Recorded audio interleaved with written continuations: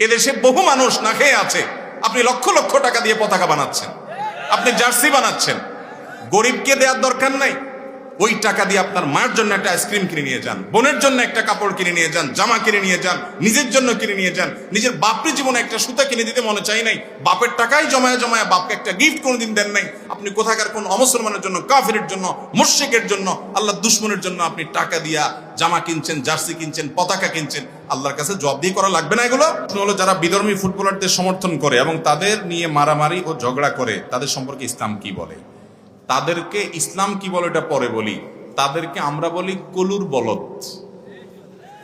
কলুর বলদ চিনেন? চিনেন না? কলু হইল এক ব্যক্তির নাম, কলু হইল একটা লোকের নাম। কলুর বলদটাকে, বলদ হইল কলু একটা ঘানি আছে, ঘানি, সরিষা ভাঙার ঘানি, বুঝেন?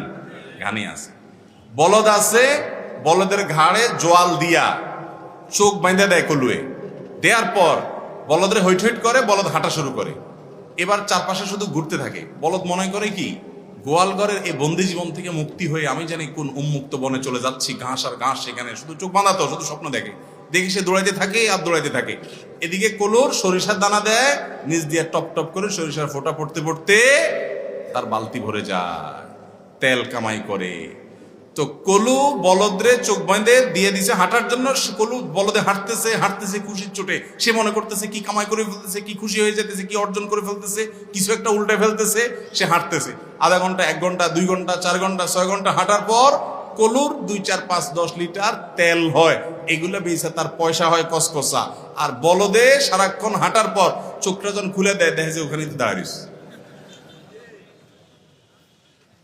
কোন দেশের কোন খেলোয়াড় খেলতেছে সেই দেশের এম্বাসিটাও আমার দেশে নাই, আমার দেশের এম্বাসিও ওই দেশে নাই। তাদের দেশের সাথে আমাদের দেশের রাজনৈতিক সম্পর্কও নাই, কূটনৈতিক সম্পর্কও নাই, অর্থনৈতিক সম্পর্কও নাই, বাণিজ্যিক সম্পর্কও নাই, ধর্মীয় সম্পর্কও নাই। আমার রবকে ওই খেলোয়াড়ের রব হিসাবে স্বীকার করে না। ওদের জামা কাপড়ে বিভিন্ন জায়গায় সমকামিতার প্রমোশন করার মধ্যে যে রংধনু আছে, রংধনুর আপনার বিভিন্ন সিম্বল তারা বহন করে, বিভিন্ন উল্কি তাদের শরীরে আঁকে, সিম্বলিক। যারা আমার রবকে, দিনকে শুধু মানে না তা না, তারা আল্লাহর বিরুদ্ধে বিদ্রোহ করার শামিল এরকম কাজগুলো করে। আর আমার দেশের সাথেও তাদের কোনো সম্পর্ক নাই। তাদের দেশের পতাকা দিয়া নিজের পয়সা টাকা খরচ করে তাদের জন্য সমর্থন করা, তাদের জন্য পতাকা উড়ানো, তাদের জন্য জার্সি কিনা, তাদের জন্য লাফালাফি করা, মাতলামি করা, উন্মাদনা করা, পাগলামি করা, ঝগড়াঝাটি করা, রাতকে রাত জেগে থাকা, এই সব কিছু করার পর আমরা মনে করতেছি, উল্টে ফেলতেছি, অনেক কিছু হয়ে যাচ্ছে, আমি অমুক দেশের সমর্থক, তমুক দেশের সমর্থক। দিন শেষে আমাদের এই সমস্ত আবেগকে পুঁজি করে ওই আসর জমজমাট হচ্ছে। ওরা ডলার আর পয়সা কামাইতেছে কলুর তেলের মতো, আর বলদের মতো আমরা ঘুরতেছি। এই জন্য আমি বলি এগুলো হলো কলুর বলদ রে ভাই। লাভ কি বলেন? আপনার কি লাভ? আল্লাহ তাআলা আমাদেরকে বুঝার তৌফিক দান করুন। লস আছে, অনেক লস। ওই পর্দাতে যখন খেলা দেখেন, শুধু খেলা আসে না, আরো কিছু আসে। হারাম জিনিস দেখা লাগে না? আল্লাহর প্রতি যার ঈমান নাই, আপনি তাকে অপছন্দ করার কথা, কিন্তু আপনি তাকে পছন্দ করেন না, শুধু আপনার হট ফেভারিট সে। এটা ঈমানের সাথে কখনো যায় না। এরপরে খেলা তো আর খেলা না, এটা উন্মাদনা। রাত 3টা বাজে খেলা, সব বসে আছে অপেক্ষা। কিসের জন্য? 3টা বাজে খেলা শুরু হবে। আহা, এই যুবক জীবনে একবারও ফজর নামাজের জন্য এভাবে অপেক্ষা করে নাই। মিছিল বাহির করে রে কপাল পোড়া, কোথাকার কোন দেশের জন্য। আল্লাহ আমাদেরকে বুঝার তৌফিক দান করো।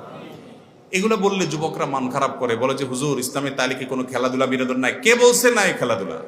আমরা নিয়মিত প্রায় খেলাধুলা করার চেষ্টা করি। কে বলছে নাই?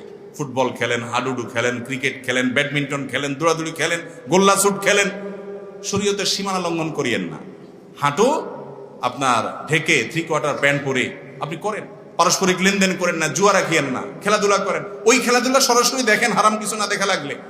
ইসলামে সেগুলো জায়েজ আছে। নবী করিম সাল্লাল্লাহু আলাইহি সাল্লাম বিনোদনের জন্য বহু ব্যবস্থা রেখেছেন। তিনি একবার বাজারে গেছেন, নবীজি বাজারে যায় দেখেন কোন এক জায়গায় 2 দল, 2টা গোত্রের লোক তীরন্দাজি করতেছে, শুটিং যেটাকে বলে। এটাও অলিম্পিকে, আন্তর্জাতিক বিভিন্ন খেলায় হয়। টার্গেট ওয়াইজ মারা। এরকম একটা খেলা তারা করতেছে, তীর মারামারি করতেছে টার্গেট অনুযায়ী। দুই গোত্র, নবী করিম সাল্লাল্লাহু আলাইহি সাল্লাম এসে তাদেরকে উৎসাহ দিয়ে বলছেন, আমি তোমাদের সাথে আছি, হ্যাঁ খেলা চালাও। তখন যাদের পক্ষে আছে নবীজি বলছেন, প্রতিপক্ষ যারা আছে তারা সব চুপ হয়ে গেছে, একদম চুপ, তারা আর কেউ তীর মারে না। নবীজি বলে, কি এবার বসে আছে কেন, মারো। বলে, ইয়া রাসূলুল্লাহ, আপনি ওদের সাথে আছেন, ওদের পক্ষে আপনি আছেন, ওইদিকে কিভাবে তীর মারি আমি? তখন নবী করিম সাল্লাল্লাহু আলাইহি ওয়াসাল্লাম, ঠিক আছে আমি দোনো দলের পক্ষে আছি, তোমরা তাও খেলো। তাহলে নিজেদের বিনোদনের জন্য এবং আরো মহৎ উদ্দেশ্যকে সামনে রেখে ইমানদার এ ধরনের খেলাধুলা খেলতে পারে।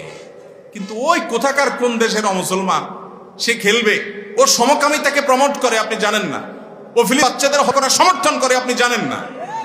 আপনি মুসলমানের বাচ্চা আসছেন তার সমর্থন করতে। এদেশে বহু মানুষ না খেয়ে আছে, আপনি লক্ষ লক্ষ টাকা দিয়ে পতাকা বানাচ্ছেন, আপনি জার্সি বানাচ্ছেন। গরিবকে দেওয়ার দরকার নাই, ওই টাকা দিয়ে আপনার মায়ের জন্য একটা আইসক্রিম কিনে নিয়ে যান, বোনের জন্য একটা কাপড় কিনে নিয়ে যান, জামা কিনে নিয়ে যান, নিজের জন্য কিনে নিয়ে যান। নিজের বাপরে জীবনে একটা সুতা কিনে দিতে মনে চাই নাই, বাপের টাকাই জমায় জমায় বাপকে একটা গিফট কোনোদিন দেন নাই। আপনি কোথাকার কোন অমুসলমানের জন্য, কাফিরের জন্য, মুশরিকের জন্য, আল্লাহর দুশমনের জন্য আপনি টাকা দিয়া জামা কিনছেন, জার্সি কিনছেন, পতাকা কিনছেন। আল্লাহর কাছে জবাব দিয়ে করা লাগবে না এগুলো? আজকে না গতকালকে দেখলাম একটা জাতীয় দৈনিক, প্রথম সারে জাতীয় দৈনিক নিউজ করছে যে আমার দেশে ঢাকা ইউনিভার্সিটিতে ছেলেফেলেরা খেলা দেখার জন্য বিশাল মনিটর দিয়ে বিশাল মাঠে একত্রিত হয়েছে, সেটার ছবি ফিফা তারা প্রকাশ করেছে এবং এই ফুটবল উন্মাদনের তারা গর্ব করতেছে। দুনিয়াত আর কোন দেশে মানুষে এত বেকুব পাই নাই যত বেকুব পাইছে এই দেশে মানুষ। এই দেশের খেলোয়াড়রাও নাই সেখানে, তাও মাতলামের কোনো, যারা খেলায় আছে এরকম অনেক দেশ আছে, যা দেখেন তারা যার যার চরকায় তেল দিতেছে, আর ওই যে কলুর বলদ যে শুধু কি করতেছে, ঘুরতেই আছে। লাভ হইতেছে কার? ওই জায়গায় বসা কলুদের, যারা খেলতেছে। আল্লাহ আমাদের বুঝার তৌফিক দান করুন।